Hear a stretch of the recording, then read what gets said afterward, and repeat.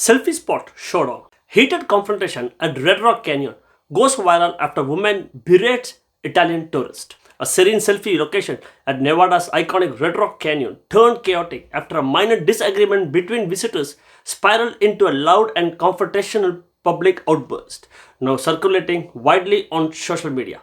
Now let's really get into this story on the AI podcast. If you follow our deep dives, you know we often start in a place of, well, great tranquility before things go completely sideways.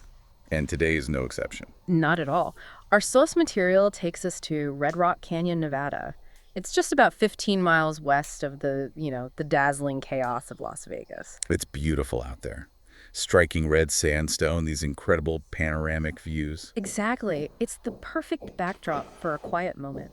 Or maybe a really stunning photo. It's the kind of place you go to find peace.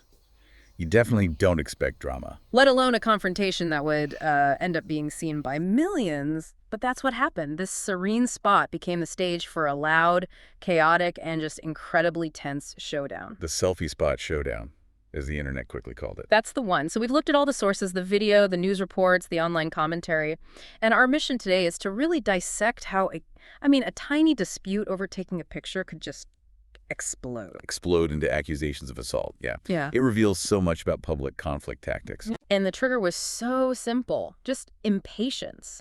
An unidentified local woman gets annoyed with an Italian tourist taking photos at a popular viewpoint. But that impatience didn't, simmer. It just detonated instantly. Okay, let's unpack that initial lead because this is really where it goes off the rails. It wasn't just, hey, could you move along? Oh, no, not at all. It went straight to a full-blown attack. The footage shows her approaching the tourist, and she is already highly aggressive. This is the critical point. The argument goes from a social inconvenience, someone blocking your shot, to a criminal matter. In seconds. In seconds. You can immediately hear her, very loudly, making this incredibly heavy claim against the tourist. Right. She claims the tourist just spit on me now. Yeah. And then follows it up immediately shouting, that is assault. And this part's crucial. The sources all note that at this point in the video, there's no clear physical altercation happening. Nothing you can see on camera. So she's leading with the legal accusation. It's a calculated move, a rhetorical device. Yeah. The moment you use the word assault, you're trying to shut down any debate by framing it in the language of law enforcement. And if you can define what the other person did as a crime, then your own aggression becomes justified. It's self-defense, or you're just, enforcing the law. and what's so interesting is how the crowd reacts. The sources say you can hear onlookers. It's like nervous laughter, disbelief. Exactly. You can feel that collective confusion. The claim just doesn't match the reality of what people are seeing. The audience, they knew instinctively. They knew it was an overreaction. Absolutely. The crowd is the first check on her narrative. But the tourist, she doesn't just take it. She's mostly calm, but she does make a counterclaim. She alleges the local woman had kicked me first. And the response to that? Instant dismissal. She just snaps back, no, I did not. She is fighting so hard to maintain her position as the one and only victim here. And she's doing more than just denying it. She's actively trying to recruit the audience. She appeals right to the crowd. Everybody's here. Are you that ignorant where you don't understand? Right. She's leveraging their presence, trying to get external validation. It turns the whole thing into a public performance. She's basically asking the bystanders, are you stupid enough not to agree with me? Yeah. It's a very aggressive way to assert moral superiority. Over everyone there. Yeah. And that really sets the stage for the next phase, which is less about the story and more about pure intimidation. Okay, so once the shock of that initial accusation wears off, she shifts tactics. Completely. Yeah. It becomes a sustained effort, both verbal and physical, to make the tourist give up the space. And the sources detail this really intense verbal onslaught. Oh, absolutely. She gets right in the tourist's face, inches away, and just starts unloading insults. Things like pathetic, rude, and obnoxious. Exactly. But here's where it gets really interesting. She also tries to introduce this element of safety risk. She says, but if I would have fallen... That is such a key maneuver. She's shifting the focus from you're taking too long to your safety hazard. Why? What does that do for her argument? It gives her aggression a moral justification. It's no longer petty. Now she's protecting public order. She's the one upholding safety against this other person's carelessness. And when all that shouting and moralizing doesn't work because the tourist is just, sitting there. The strategy shifts again. dramatically. This is the blocking tactic. Yes. The aggressor literally sits directly in front of the camera, completely obstructing the photo. And she yells, "I'll just sit here for as long as I want. You got that, lady." Wow. That's an assertion of just absolute dominance over the space. If I can't force you out, I'll destroy why you're even here. It's so audacious to physically occupy the very view the tourists came to see. And the sources mention a younger woman tries to step in at this point, tries to de-escalate. But it's no use. The aggressor's just too focused on control. So if shouting, moralizing, and blocking weren't enough, she goes for maybe the most powerful tool in public intimidation. Invoking external authority. If the crowd won't back her up, she'll threaten the tourist with consequences from the state. So how does she do that? How does she bring in those legal and authoritative layers? Well, first she keeps trying with the crowd, asking if anyone saw the tourists push her, insisting again, that's assault. Still trying to get that witness. But then she just manufactures a legal threat. She points off camera and claims he is a lawyer. The instant lawyer. That's a huge jump. What makes a threat like that so effective, even if it's baseless? It weaponizes fear of the unknown. For the tourist, who is already being attacked, this suddenly turns a spat into a potentially expensive, legally complicated problem. Right. It's no longer just a shouting match. No, now it's a formal, prosecutable matter. It suggests arrest, sanctions. It's designed to intimidate. But she didn't start with the lawyer, did she? The sources say the most potent appeal to authority came a bit later. That's right.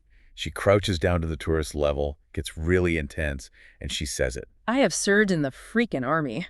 And she uses that identity to warn the tourist that she could be arrested for the alleged assault. Okay, serving in the army. That feels like the nuclear option in a fight over a selfie spot. Why that specific identity? What does that signal? It's a multi-layered intimidation tactic, especially against someone she sees as an outsider, the Italian tourist. First, it invokes a sort of national moral high ground.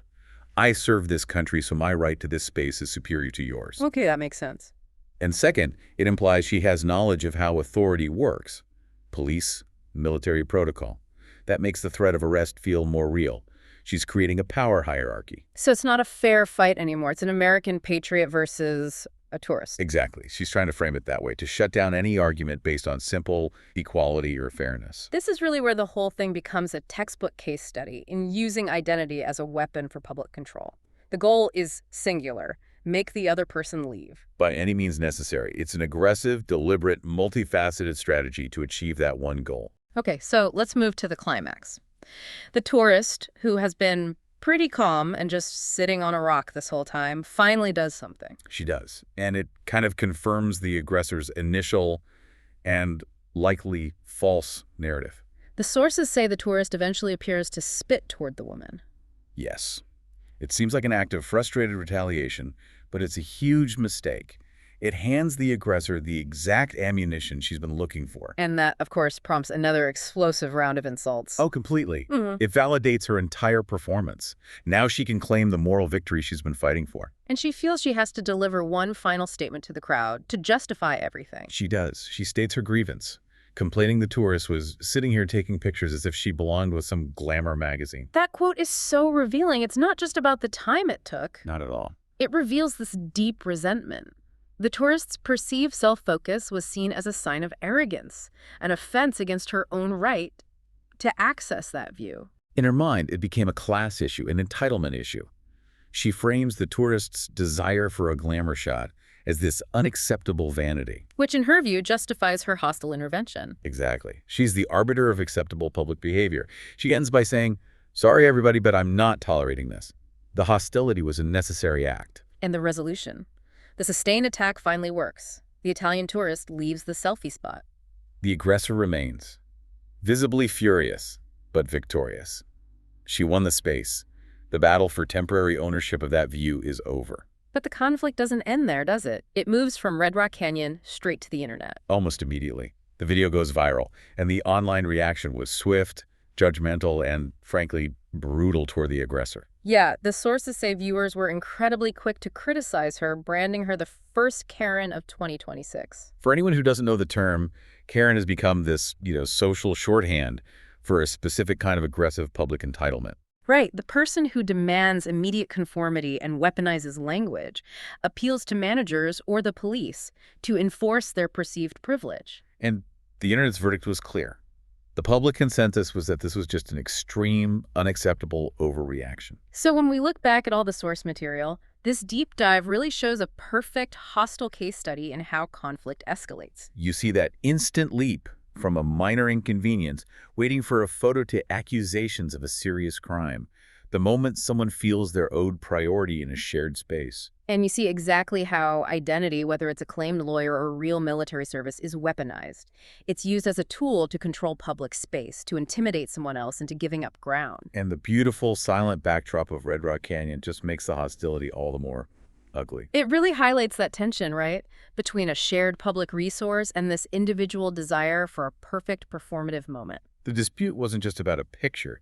It was a battle over the temporary ownership of a photogenic space and the expectation of instant gratification. So that leaves us with a final thought for you. If the whole point of visiting a scenic landmark is to secure that perfect photo and everyone expects instant access, what does this aggressive desire for a selfie reveal about the contemporary battle over our shared scenic spaces? And how often is the line between an inconvenience and an assault deliberately blurred when someone feels their turn is being stolen? Something to think about the next time you're trying to capture that perfect moment in a public place. Okay, one question for you. Can yelling assault without evidence be more dangerous than actual physical contact? Don't forget to comment it. Thanks.